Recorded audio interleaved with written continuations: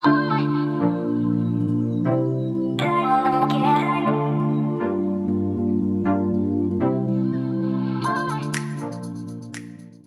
guys! Welcome back to my channel!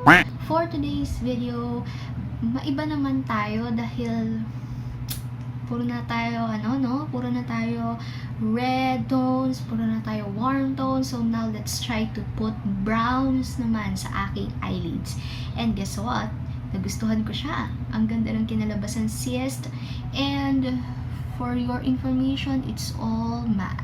As in, matte ang nilagay natin sa ating lids, except for this one, naglagay ako ng highlighter. Pero, ang ganda pa rin. So yes, without any further ado, let's move on to the tutorial.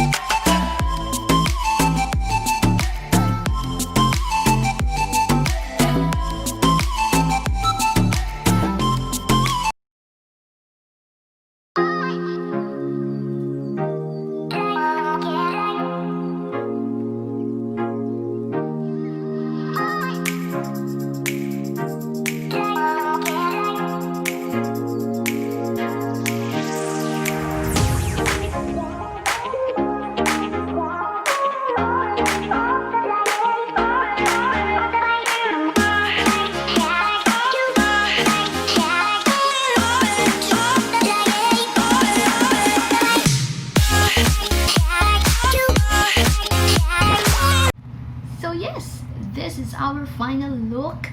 And doon nakalimutan kong mag-primer. Pero ox na yan. Ang importante mahalaga. And first time kong tinry yung Careline Melted Metallic Lipstick in the shade Luster. So guess what?